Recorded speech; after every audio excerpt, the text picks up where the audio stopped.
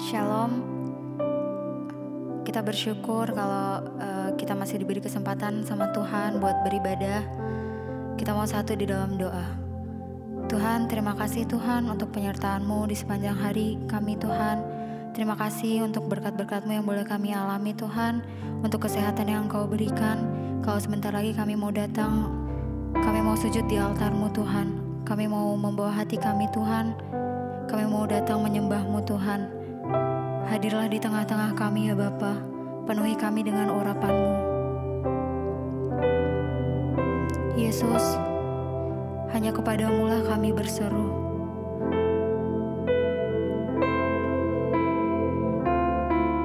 Kami mau bawa hati kami untuk datang kepadamu. Mari jemaat Tuhan, kita mau katakan Yesus, padamu ku berseru. Yesus, padamu ku berseru. Kaulah penyelamatku, terpujilah Kau Tuhanku. Mulutku memuji nama-Mu sepanjang umur hidupku. Terpujilah Kau Tuhanku di atas segalanya. Yesus, padamu ku berseru. Engkaulah penyelamat kami ya Tuhan. Terpujilah Kau Tuhanku. Mulutku ku memuji nama-Mu sepanjang umur hidupku. Terpujilah Kau Tuhanku di atas segalanya.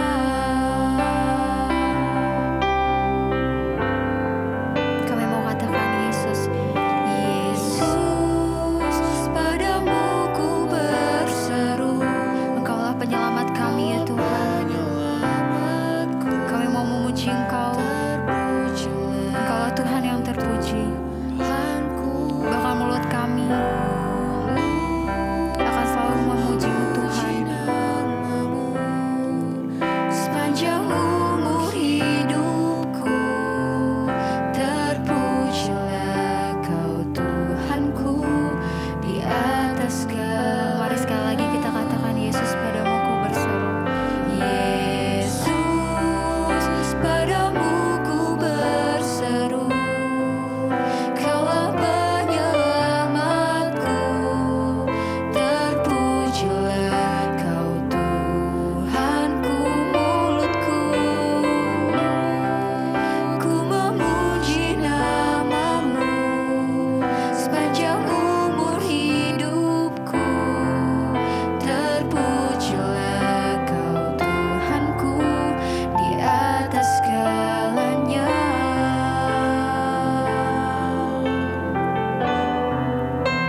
Engkau segalanya di hidup kami ya Bapa.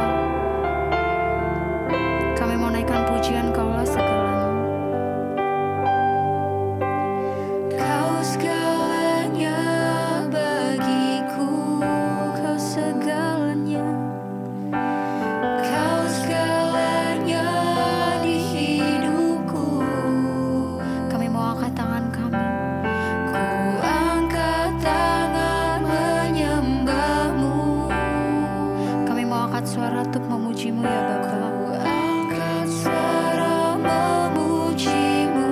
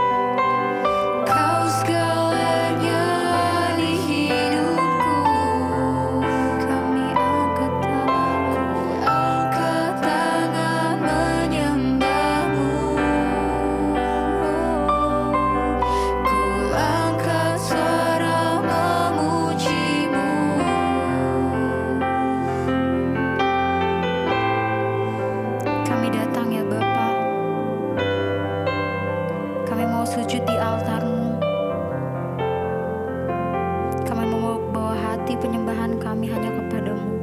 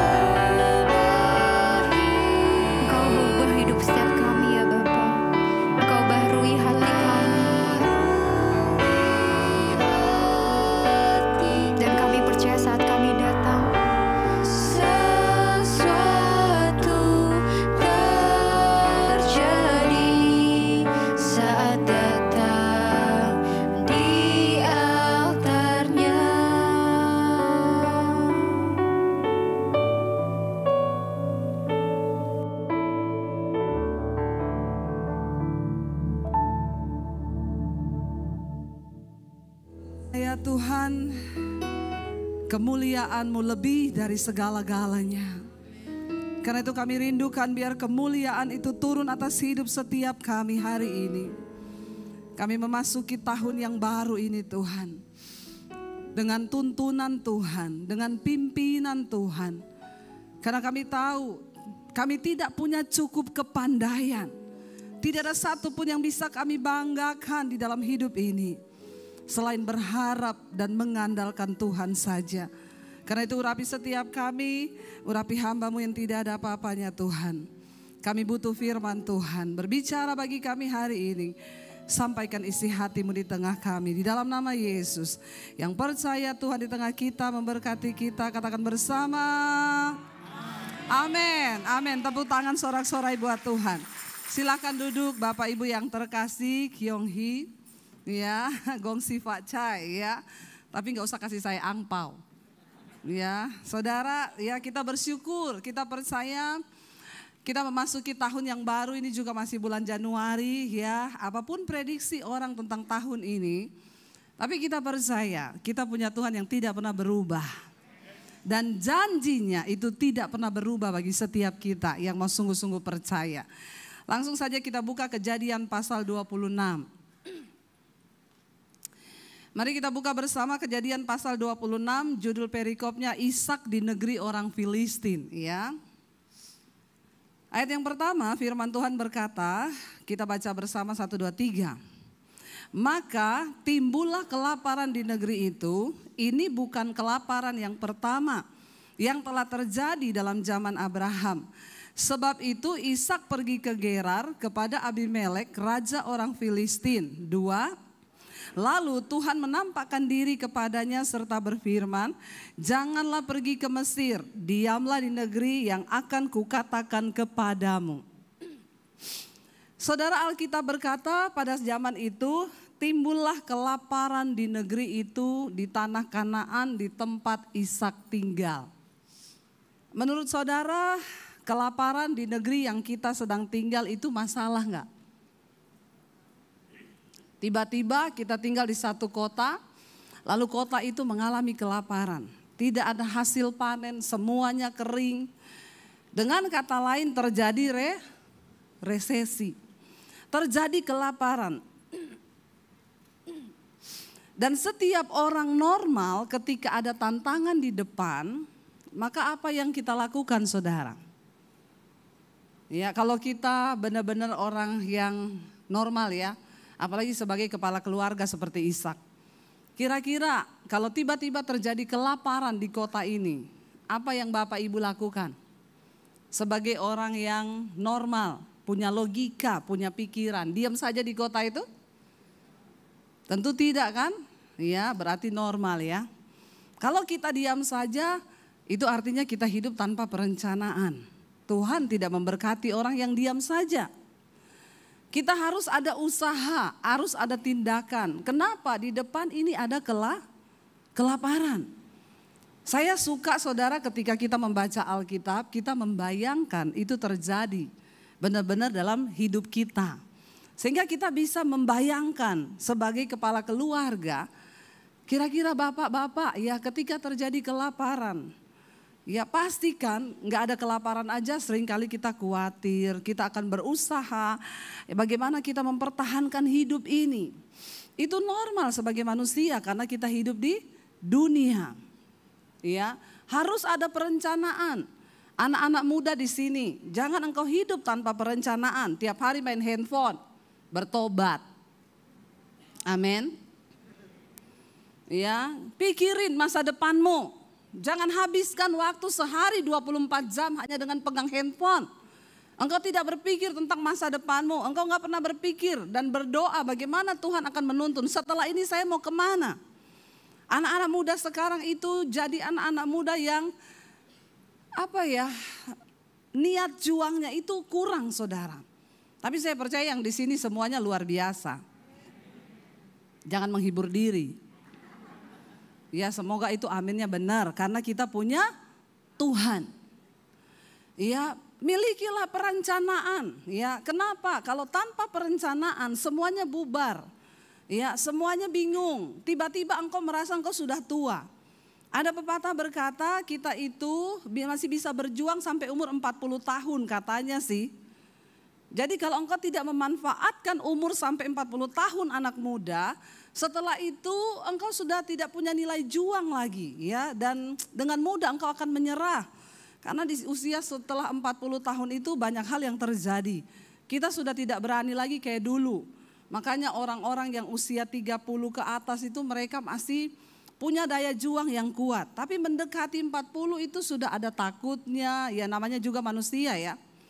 Makanya berjuang dan punyalah perencanaan selama engkau masih bisa. Lalu Ishak punya perencanaan, ketika kelaparan datang, ya dia pergi meninggalkan negerinya kepada Abimelek raja orang Filistin. Tetapi Ishak itu berencana akan pergi ke Mesir. Tentunya dengan sebuah pengharapan, di sana dia akan menemukan kehidupan yang lebih baik lagi. Karena di sini sudah terjadi kelaparan, hasil tanah nggak ada, semuanya kering, tandus, terus mau ngapain? Dia berniat untuk pergi ke Mesir. Dan Alkitab berkata ayat 2, Lalu Tuhan menampakkan diri kepadanya serta berfirman, janganlah pergi ke Mesir. Diamlah di negeri yang akan kukatakan kepadamu. Tapi Ishak kan sudah melangkah toh. Dan Tuhan bilang ketika dia berusaha, ada sebuah perencanaan untuk ke Mesir. Perkara Tuhan membelokkan rencananya itu, tapi kan dia sudah melangkah meninggalkan negeri yang kelaparan itu. Tuhan bilang jangan ke Mesir, tapi pergi ke negeri yang akan aku tunjukkan. Tuhan memberkati perencanaan kita. Hidup itu harus punya perencanaan.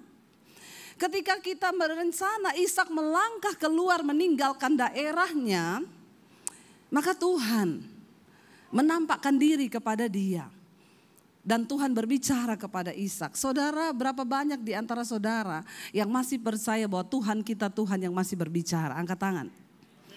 Enggak angkat tangan, pulang saja. Buat apa kita ikut Yesus kalau kita enggak percaya dia sanggup berbicara? Banyak orang berkata, enak aja dengar suara Tuhan, dengar suara Tuhan. Terserah, engkau enggak percaya, saya percaya. Dan karena itu saya melihat. Dan karena itu terjadi dalam hidup saya. Berulang kali Tuhan menyatakan kepada bangsa Israel, Allah yang engkau sembah ini, aku adalah Allah Israel, Allah yang hidup. Setiap kali Tuhan menyatakan diri kepada bangsa Israel, kepada Musa, dia berulang kali terus menekankan sebuah kalimat, aku adalah Allah yang hidup. Allah yang engkau sembah itu adalah Allah yang hidup. Kalau dia hidup berarti dia bisa berbicara. Kita tidak menyembah Tuhan yang mati. Terlalu amat sangat disayangkan kalau sebagai orang Kristen. Ya, apalagi kita melayani Tuhan. Tapi kita gak pernah dengar Tuhan berbicara. Kita gak pernah rasakan tuntunannya. Bahkan kita tidak pernah mengalami mujizatnya. Rugi, kasihan deh lu. Bilang kanan kirimu, kasihan deh lu kalau gak dengar suara Tuhan. Kalau tidak mengalami Tuhan. Alkitab berkata ketika Ishak melangkah keluar meninggalkan negerinya, Tuhan menampakkan diri kepadanya.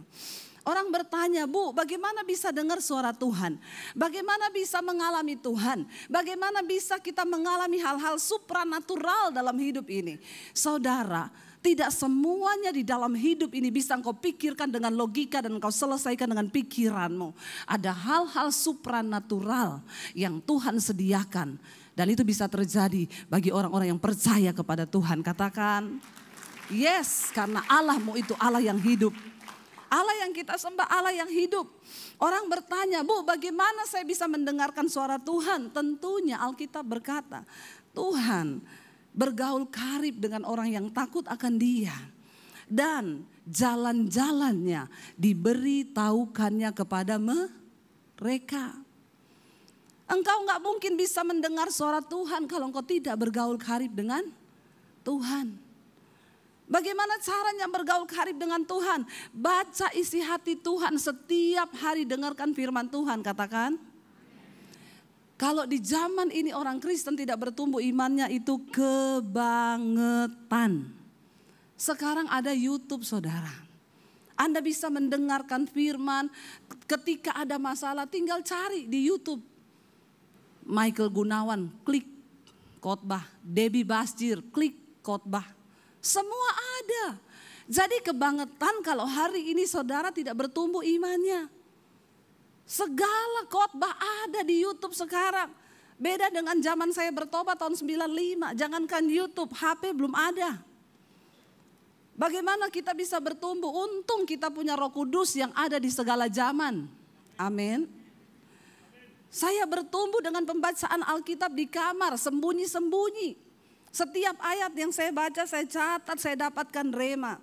Hari ini saudara punya media di tanganmu, pakai itu media untuk menambahkan imanmu kepada Tuhan. Tapi hati-hati, memang media ini bisa bikin kita semakin kudus bisa, tapi bisa bikin juga kita semakin rusak. Ya, hati-hati Bapak-bapak. Saya berulang kali ngomong, saya mau cari khotbah di sini, saya ketik kaki Dian, saya search, yang muncul kakinya Dian. Kakinya Dian yang muncul, yang pakai stocking hitam, pakai stocking jaring-jaring. Nanti kaki Dian, kaki Susi, ya, kaki-kaki semua di situ muncul. Sekarang tinggal kita nih, kita mau ketik yang kaki Dian atau kakinya Dian. Amin Bapak-bapak. Kalau Bapak-bapak kira-kira yang diklik apa? Ada ibu-ibu yang jawab kakinya Dian. Itu ibu suaminya mana ya? Kalau saya sedih sih ya jadi suaminya, itu berarti pengalaman pribadi itu. Iya, bisa menambah iman tapi bisa menjerumuskan iman. Sekarang semua itu kan tergantung respon kita saudara. Sekali engkau ketik kakinya Dian, besok engkau ditawari kakinya Susi.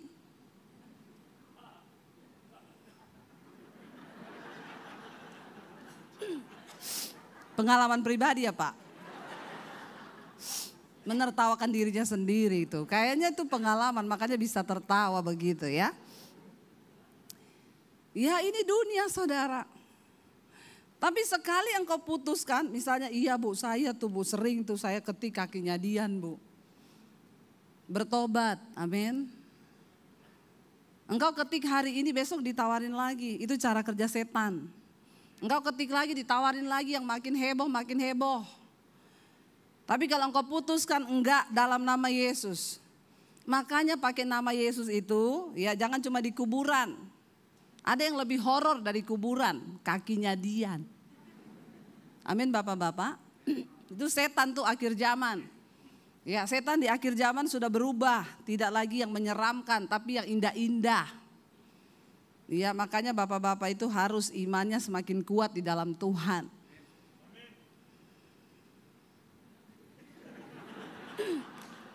Yang tertawa kenceng, yang amin juga kenceng di situ. Berarti ada niat untuk imannya semakin bertumbuh, amin. Itu namanya orang yang baik. Habis ini kasih saya angpau loh Pak. Iya saudara, iman kita harus bertumbuh supaya kita bisa mendengar suara Tuhan. Alkitab berkata Tuhan itu bergaul karib dengan orang yang takut akan Dia. Dan jalan-jalannya diberitahukan kepada mereka. Saya nggak pernah takut mendengar prediksi tentang 2023 tahun kegelapan. No, tidak ada ketakutan. Kenapa?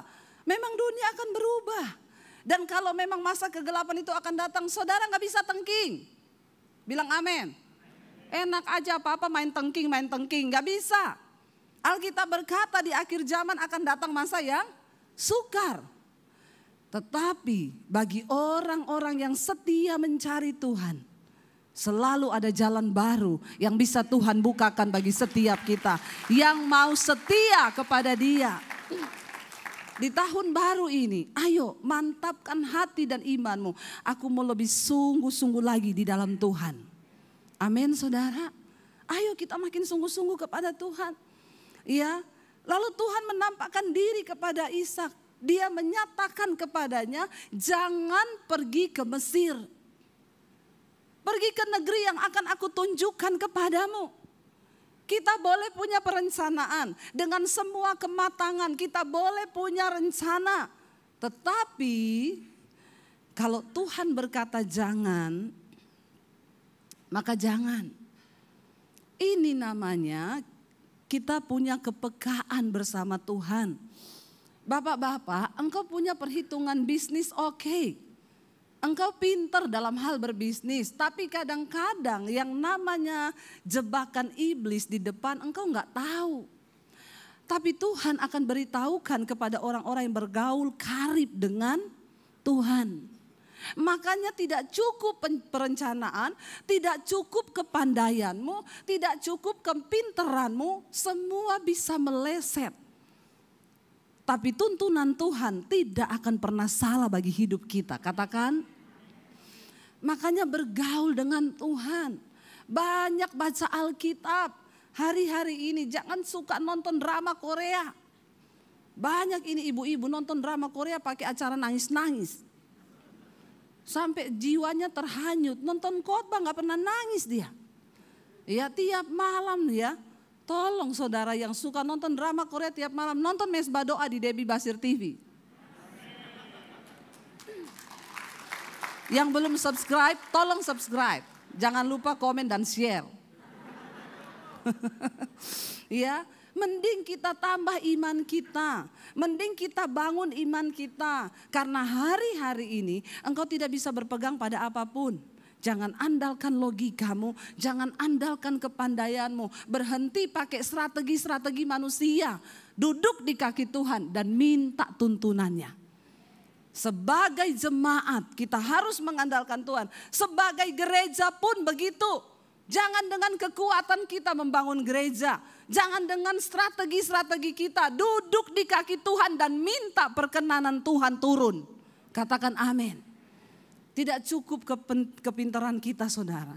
Mau saudara gereja sebesar apapun, kalau engkau tidak mengandalkan Tuhan dan engkau tidak melibatkan Tuhan di dalam pelayanan, semuanya akan menjadi sia-sia. Tempatkan Tuhan sebagai yang nomor satu dalam ibadah kita, di dalam kehidupan kita, di dalam pelayanan kita. Berjalan sesuai dengan firman. Jangan jadi orang Kristen tapi bikin jalan sendiri. Jadi gereja bikin jalan sendiri, nggak mau nurut sama Alkitab. Sebesar apapun gereja bisa hancur saudara. Sebesar apapun bisnismu bisa hancur kalau engkau tidak tunduk kepada Tuhan. Sebesar apapun pelayanan kita bisa tutup kalau Tuhan tidak lagi berkenan. Mari kita sungguh-sungguh mengandalkan Tuhan. Sebab Alkitab berkata Tuhan menentang orang yang sombong. Ingat peristiwa kapal Titanic. Yang pembuatnya bilang apa? Kapal ini sudah dirancang sedemikian rupa sehingga tidak ada satupun kuasa yang bisa menenggelamkan kapal ini. Termasuk Tuhan pun tidak bisa menenggelamkan. Baru peluncuran perdana saudara. Baru peluncuran perdana. Itu Tuhan tuh. Sangat kita lihat di situ bagaimana Tuhan menentang orang yang sombong. Baru peluncuran perdana, kapal itu menabrak, menyenggol gunung es. Dan terbelahlah lambung kapalnya dari ujung ke ujung. Saat itu juga kapal yang termewah di dunia itu punteng. Jangan pernah menantang Tuhan. Seringkali kita berkata, saya enggak tantang Tuhan bu. Tapi dengan sikap hidup kita yang tidak mau nuruti firman Tuhan, itu sama dengan kita menantang Tuhan. Kalau Tuhan berkata, lepaskan pengampunan terhadap musuhmu. Lalu engkau berkata, oh, saya nggak bisa lepaskan pengampunan. Enak aja dia berbuat kepada saya seperti ini. Terus saya mau lepaskan pengampunan. Itu artinya engkau menantang Tuhan. Jangan pernah tidak taat kepada firman Tuhan. Kalau Tuhan berkata hari ini bertobat, tinggalkan selingkuhanmu. Jangan pernah berkata enak sih menikmati dosa. Buktinya saya berdosa pun tetap usaha saya diberkati. Hati-hati saudara. Jangan bermain-main dengan Tuhan. Tahun ini adalah masa-masa penentuan. Sudah cukup 2 tahun kita mengalami masa pandemi yang begitu hebat.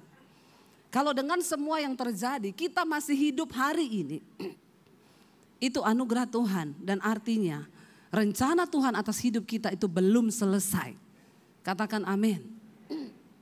Mari kita sungguh-sungguh mencari kehendaknya.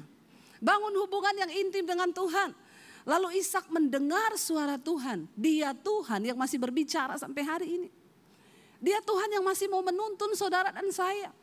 Mau seperti apapun prediksi dunia. Mau seperti apapun gelapnya tahun ini. Asal aku bersama Tuhan itu cukup bagiku. Aku tidak perlu takut. Aku tidak perlu gentar. Karena Tuhan adalah penjamin. Dia yang membimbing hidupku. Tahun ini adalah tahun mari kita berjalan bersama Tuhan.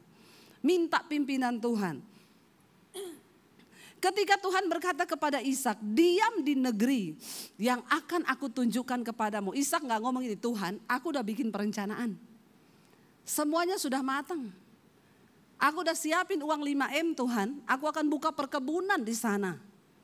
No, Ishak tunduk kepada kehendak Tuhan. Orang yang bisa mendengar suara Tuhan itu pasti orang yang dengar-dengaran. Sangat menakutkan kalau kita menjadi orang Kristen tapi kita gak bisa lagi mendengar suara Tuhan. Sedikit saja kita berdosa di hati, Tuhan itu akan menegur loh. Kalau kita itu punya relasi yang intim. Saya punya sedikit saja rasa kepada seseorang. Waduh, jangan-jangan orang ini begini ya. Roh Kudus tegur loh. Jaga hatimu loh. Jangan menghakimi. Karena kamu tidak tahu apa yang sebenarnya terjadi. Saya bilang ampuni saya Tuhan, ampuni. Iya, ampuni saya Tuhan. Kalau kita bergaul bersama dengan Tuhan, Dia akan berbicara. Sedikit saja kita punya sesuatu yang tidak berkenan, Roh Kudus itu akan mengingatkan. Saudara jengkel sama orang sedikit aja, Roh Kudus akan ingatkan. Lepaskan pengampunan, lepaskan pengampunan. Jangan bilang enak aja, itu saya mau tuntut dia itu. Betapa sombongnya kita saudara. Mari kita merendahkan diri di kaki Tuhan. Ishak dia gak ngotot dengan perencanaan yang dia buat. Dia gak bilang aku sudah bikin semuanya oke. Istriku juga sudah setuju, saya sudah siapin modal. Enggak, ketika Tuhan bilang diam. Dan engkau harus pergi ke negeri yang akan aku tunjukkan kepadamu. Ishak sangat percaya bahwa Tuhan tidak pernah salah. Amin saudara. Tapi bedanya Tuhan sama manusia itu memang beda tipis. Tuhan maha tahu, manusia sok. Tuhan maha tahu, makanya kita jangan sok tahu. Ada begitu banyak kegagalan di dalam hidup kita itu yang terjadi akibat kita sok tahu. Coba kita melangkah bersama Tuhan. Apapun duduk di kaki Tuhan, sertakan Tuhan di dalam setiap perencanaanmu. Ishak adalah orang yang bikin rencana. Tapi bedanya dia menyertakan Tuhan di dalam setiap perencanaannya. Tahun ini libatkan Tuhan dalam setiap perencanaanmu. Suami istri bersehati sepakat dulu. Karena Alkitab berkata apabila di dunia ini ada dua orang yang sehati sepakat, maka Tuhan akan mencurahkan berkatnya ke situ. Dan saudara tahu siapa dua orang itu adalah suami istri. Kalau tiap hari engkau ribut dalam rumah tanggamu, tidak mungkin tahun ini akan menjadi tahun berkat bagimu. Siapa yang bisa menentukan berkat atas hidup kita? Adalah kita ketika kita berespon dengan benar terhadap firman Tuhan. Jangan banyak berantem. Yang datang suami istri coba lihat-lihatan. Lihat istrinya, lihat suaminya bilang, "Say, jangan banyak berantem ya tahun ini, kita hidup akur ya." Cepat, jangan lihat istri orang, lihat istrimu sendiri. Malah lihat istrinya orang loh. Lihat istrimu sendiri, lihat suamimu sendiri. Jangan lihat suami orang. Ya istrinya di sini malah lihatnya ke sana. Ini udah kelihatan yang mau diberkati dan yang tidak ini tahun ini. Ya kalau kita hidup rukun bersama. Ya Alkitab itu dulu berkata, apabila ada dua orang yang bersepakat dalam dunia ini, maka Tuhan akan mencurahkan berkatnya ke situ. Sehati sepakat. Ya, kita perlu suami istri bersehati sepakat. Ketika kita sudah sehati sepakat, libatkan Tuhan dalam setiap perencanaan itu. Tuhan, saya dan istriku sudah membuat perencanaan seperti ini. Tapi Tuhan, dengan kekuatan logika kami tidak punya apa-apa. Karena itu kami undang Tuhan turun atas setiap rencana kami di tahun ini. Dan Engkaulah yang sanggup memberkati segalanya. Katakan bersama. Amin. Maka kita akan melihat berkat Tuhan. Jangan ribut-ribut suami istri. Sudahlah capek berantem terus. Amin. Orang itu enak hidup damai bersama. Masalah kecil ditiadakan. Masalah besar dikecilkan. Jangan tidak ada masalah cari-cari. Masih kurangkah masalahmu? Sukanya cari masalah. Ya ayo kita mulai komit dalam rumah tangga. Tanda orang yang hidup dalam perkenanan Tuhan itu ada damai sejahtera di hatinya. Ya ketika hidup rumah tangga kita penuh damai sejahtera, maka berkat Tuhan itu akan dicurahkan. Ya tapi saudara, kalau engkau tidak berubah, ribut terus kerjaannya, berantem terus, sorry. Maka berkat Tuhan akan jauh dari hidupmu. Iya tuh malaikat baru mau antar mobil nih, sampai di atas rumahnya berantem. Malaikat bilang, Tuhan saya sudah mau jawab doanya, mau antar mobil lagi berantem. Tuhan bilang, antar ke rumah Bu Debi. Ya, diantar ke rumah saya saudara. Lagian saudara berantem terus. Ya ayo, kita semua punya hak istimewa dari Tuhan. Jangan berkata, ya karena Bu Debi kan hamba Tuhan makanya sering lihat mujizat. No, Tuhan menyediakan janjinya itu bagi saudara dan saya. Bagi orang yang mau sungguh-sungguh percaya. Tapi kenapa seringkali kita gak bisa lihat mujizat? Ya karena hidupmu sendiri. Tuhan bilang, bukan telingaku kurang tajam dengarkan doamu. Bukan tanganku kurang panjang untuk menolong engkau. Tetapi dosamu, pelanggaranmu itulah yang menghalangi, menghambat semua berkat-berkat Tuhan tercurah atas hidup kita. Hari ini mari kita bersih-bersih diri saudara. Makin kesini tuh makin bijaksana jadi orang, amin. Jangan makin ribut, makin cari masalah. Sudahlah, Tuhan sudah mau datang. Ayo, jangan hidup dalam kepahitan. Suami istri ini bereskan hidup. Nggak usah dosa-dosa masa lalu lagi diungkit-ungkit terus dalam rumah tangga. Ya ada loh saudara, kemarin orang konseling sama saya, Bu suami saya itu loh. Dia itu kalau kita lagi duduk sama-sama dia tanya, dulu mantanmu berapa? Saya jawab ya 6.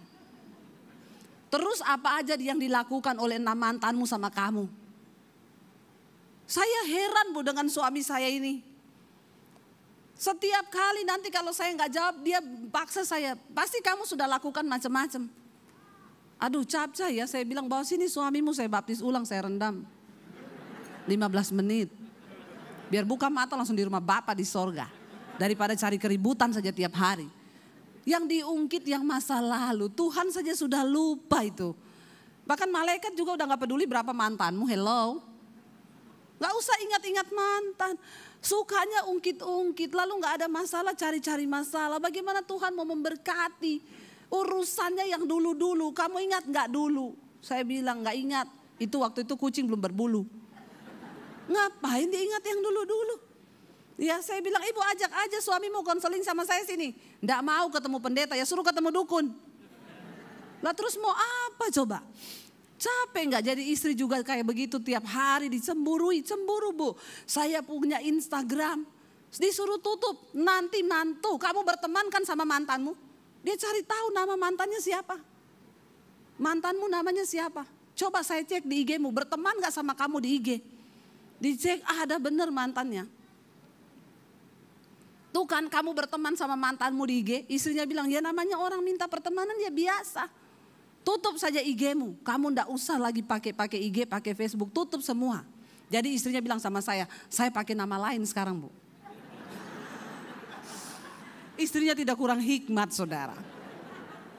Akhirnya kan jadi bohong, kenapa? Gara-gara tidak ada masalah jadi masalah. Kenapa sih orang cari ribut hidupnya, cari masalah hidupnya? Iya. Saya sih bersyukur suami saya tanya berapa mantanmu, saya bilang sudah mati semua mantan saya. Ya iya benar saudara. Ya jadi saya sudah tidak ada ribut-ribut lagi orang mantan saya sudah mati semua. Kalau mau cari tahu di kuburan sana. Jangan cari-cari masalah, yang tidak ada masalah ndak usah saudara. Kalau perlu iblis bisik-bisikin tolak dalam nama Yesus. Jadi istrinya bilang sama saya, susah ya Bu, saya ini dengar khotbah ibu, saya ini pengen berlari mengejar kekudusan. Tapi kalau saya punya suami kayak begini bagaimana Bu? Saya bilang itu nasibmu Bu. Kamu juga jangan konseling sama saya, itu kan dulu pilihanmu toh. Terus apa yang harus saya lakukan? Doakan. Berbuat baik sama suamimu, ibu lebih cinta lagi. Makin saya berbuat baik dia makin curiga Bu.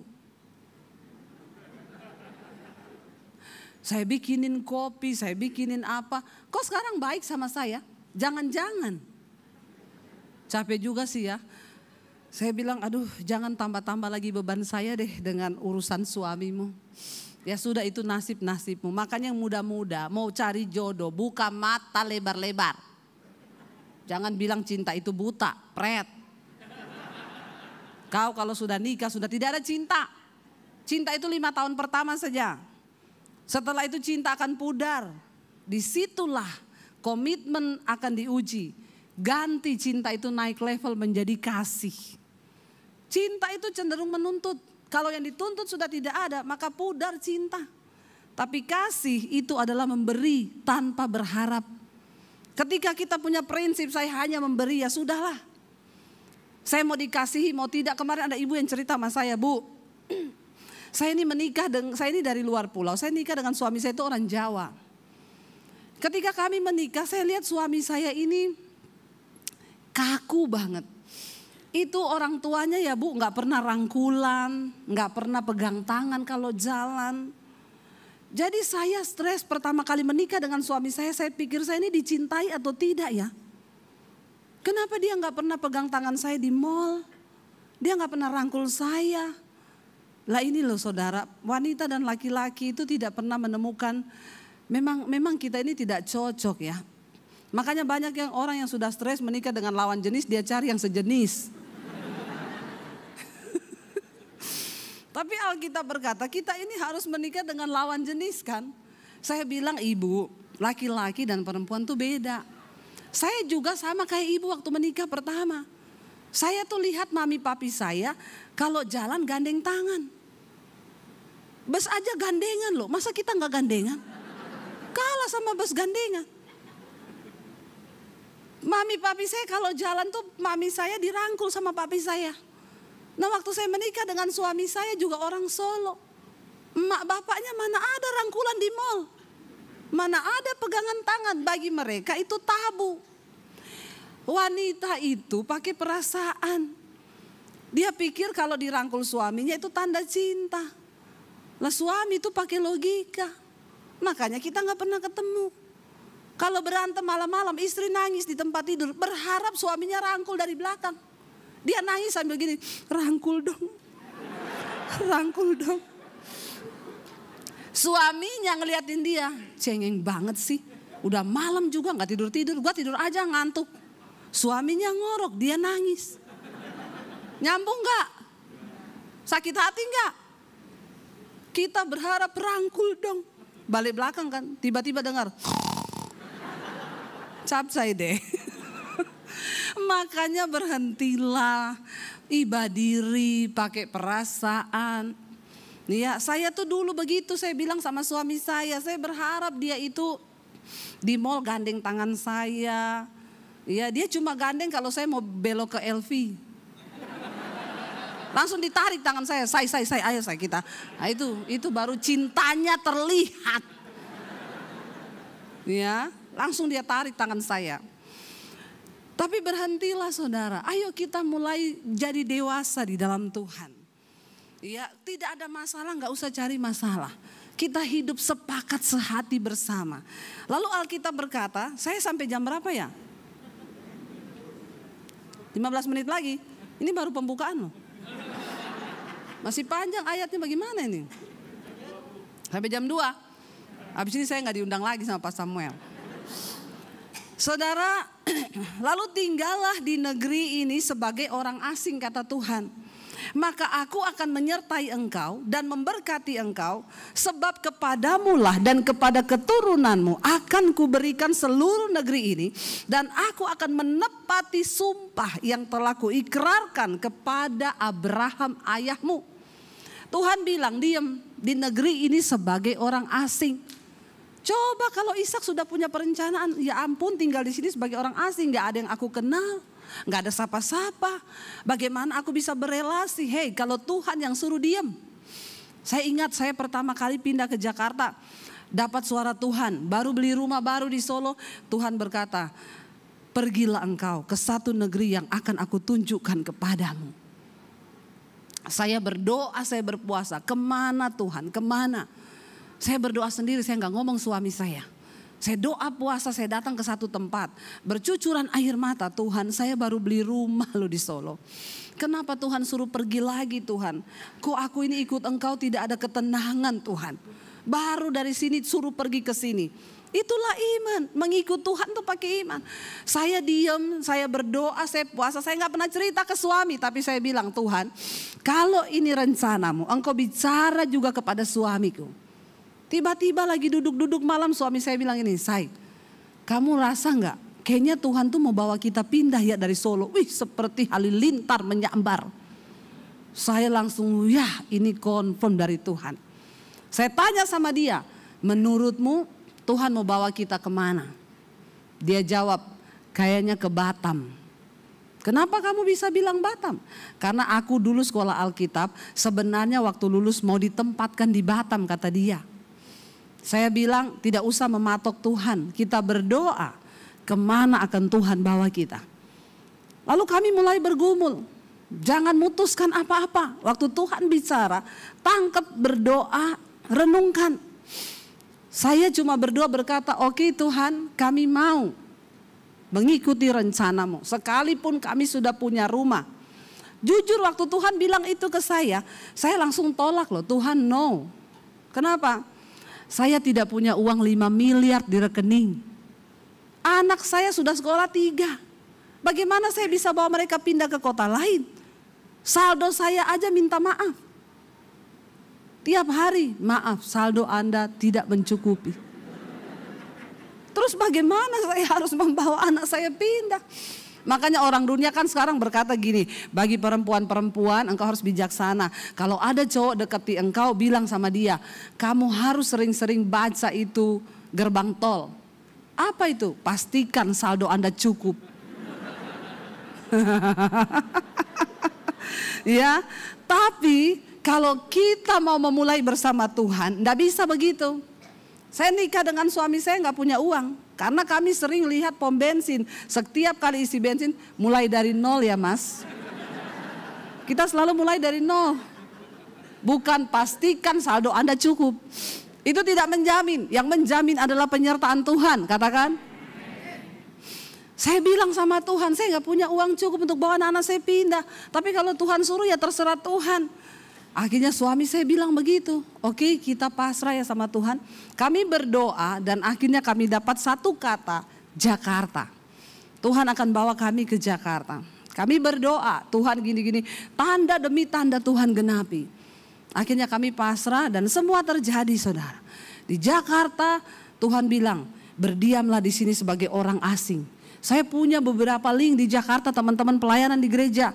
Saya WA, saya SMS, saya ada di Jakarta, kalau ada link pelayanan tolong dong kenalin kami.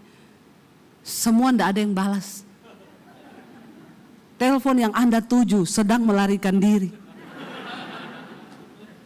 Kalau kita susah, semua orang tuh sembunyi.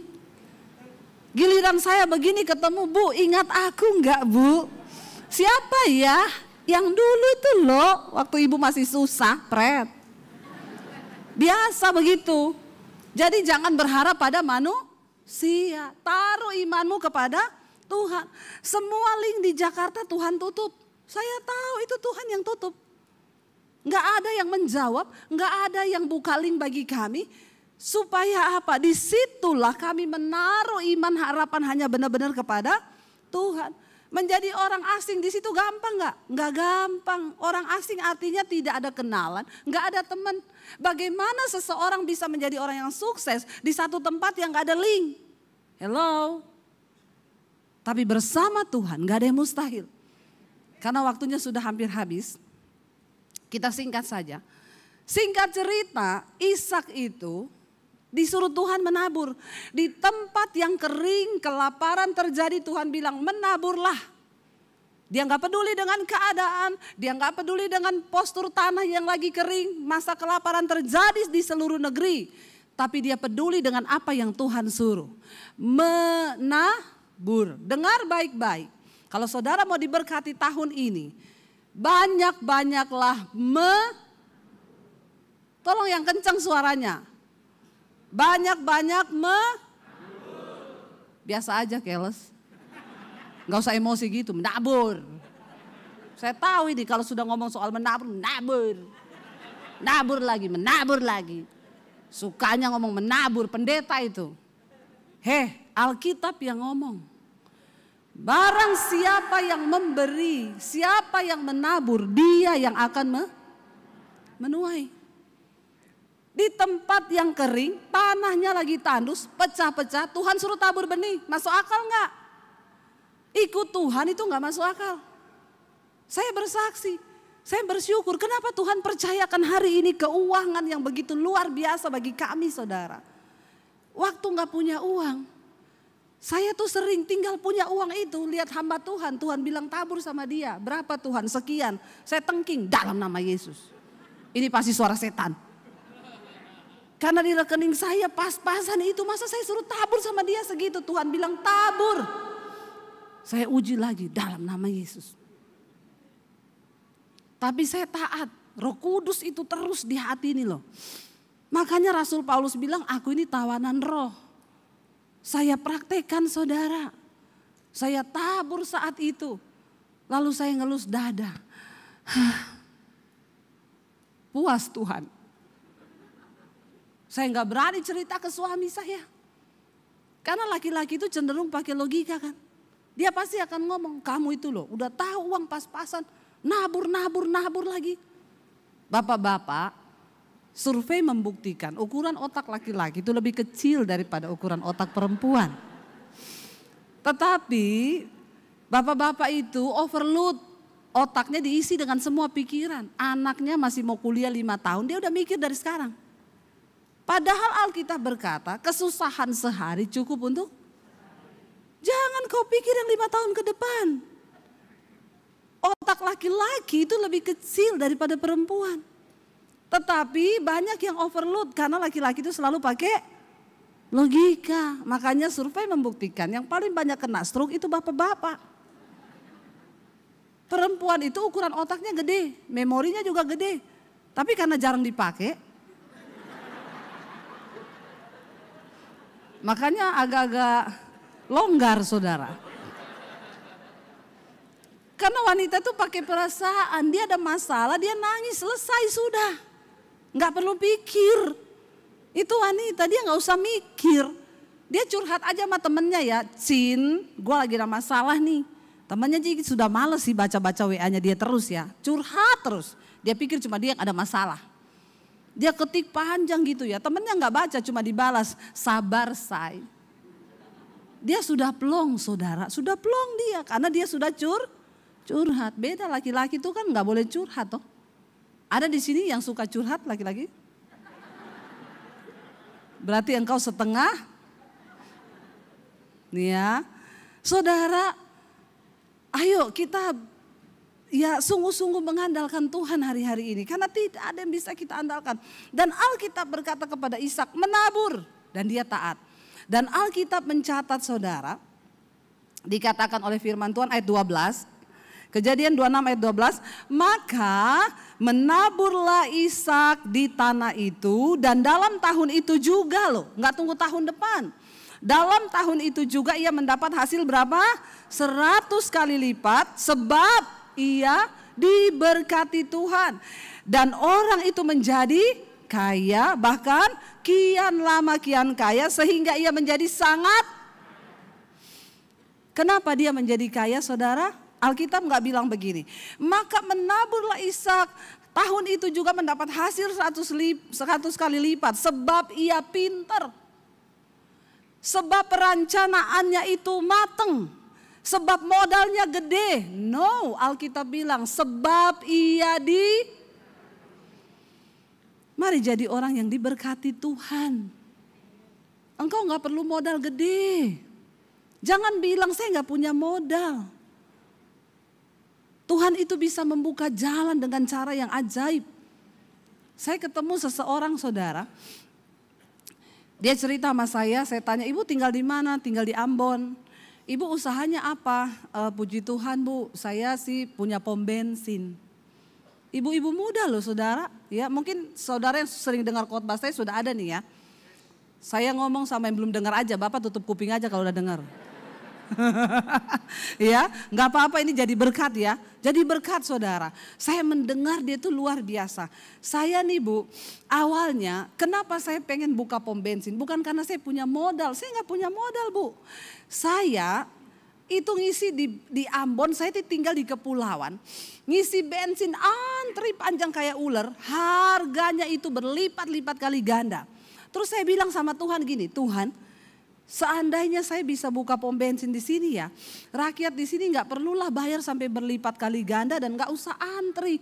Masa ini kampung segini pom bensinnya satu tok, berebut sama orang yang bawa jergen. Saya pengen Tuhan buka pom bensin. Lalu dia cerita sama ibu pendetanya. Ibu pendetanya bilang, aku kenal kepala Pertamina. Ayo saya kenalkan kamu sama kepala Pertamina. Lalu benar Bu, iya benar, yuk. Mereka pergi ke kantor Pertamina. Sampai di depan security ditanya, mau ketemu siapa? Mau ketemu kepala Pertamina. Sudah ada janji? Tidak ada janji.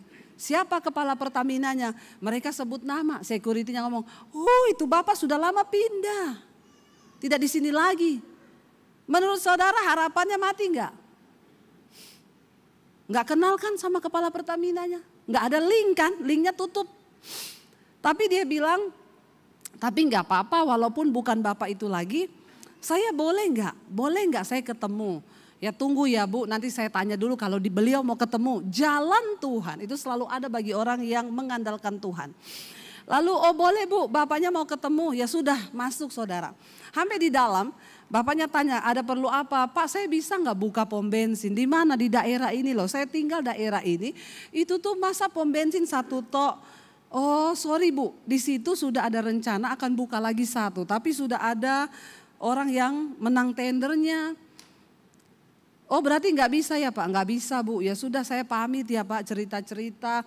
Kenapa Ibu pengen buka pom bensin? Mau cari untung jadi orang kaya? Oh enggak Pak, saya tuh punya kerinduan supaya daerah ini itu bensin nggak mahal banget dan orang nggak usah antri kayak begini. Kalah sama yang bawa jergen yang lain sebagainya. Bagus ya niatnya Ibu, iya ya, tapi nggak bisa di daerah situ sudah ada beberapa yang akan buka. Oh ya udah saya pamit ya Pak. Waktu keluar di pintu keluar ada peta pulaunya mereka. Terus Bapak itu bilang gini, Bu kalau di daerah sini Ibu punya tempat. Ini tuh masih belum ada, Ibu mau nggak? Dia bilang daerah apa itu Pak? Daerah ini. Oh suami saya punya tanah di situ. Oh puji Tuhan kalau memang bisa kapan kita akan survei ke sana? Serius Pak, serius ya udah ya minta nomor telepon. Gitu aja. Dia pulang, apa yang perlu saya siapkan Pak untuk Bapak survei? Ada uangkah yang harus saya bayar? Enggak usah Bu, semua sudah ada dananya, nanti anak buah saya pergi survei. Anak buahnya datang survei, oke ini strategis untuk buka pom bensin. Oke Bu, kita setujui Ibu buka pom bensin situ, siapin modalnya sekian-sekian. Pak saya harus bayarkah gini-gini? Enggak usah, pokoknya Ibu siapin yang untuk memang benar-benar untuk buka aja. Dia kelabakan gak punya uang. Lalu coba untuk utang di bank. Dengan jaminan tanah itu ditanya bang mau buka apa Bu? Pom bensin. Di survei semua ACC buka saudara. Akhirnya berdirilah pom bensin di situ. Sukses.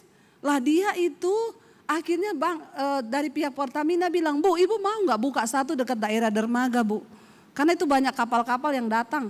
Terus ibunya ngomong, oh iya memang saya juga rencana mau buka ekspedisi pengiriman laut. Dan saya akan buka dermaga di situ. Ya udah Ibu buka aja sekalian pom bensin di situ. Dia buka lagi satu saudara. Masih muda loh. Dia cerita sama saya, Bu Tuhan ya. Kalau berkenan, bukan karena link, bukan karena modal. Gak ada modal, gak ada link. Tetapi orang ini diberkati Tuhan. Saudara percaya Tuhan sanggup melakukan itu? Jangan pernah kecilkan Tuhan yang hidup di hidupmu. Dia Tuhan yang hidup, yang sanggup, yang dapat melakukan segala perkara. Saya undang imam musik bisa maju ke depan. Kita percaya, saudara dia Tuhan yang sanggup mendengar lebih dari yang kita doakan. Dia Tuhan yang sanggup menjawab lebih dari yang kita harapkan. Seringkali Tuhan harus membawa kita bergeser dari tujuan kita. Kelihatannya seperti Tuhan gak jawab doa kita. Tapi percayalah rencananya itu lebih indah dari rencana kita. Kita naikkan pujian ini ya. Yesus mendengar lebih dari yang kami harapkan. Yesus menjawab lebih dari yang kami doakan. Bangkit berdiri bersama. Katakan, lebih dari yang ku doakan. Yesus menjawab lebih dari yang ku harapkan. Dengan caranya di waktu yang tepat, ku kan melihat Dia jadikan semua. Lebih lagi katakan, Yesus mendengar lebih dari yang ku doakan.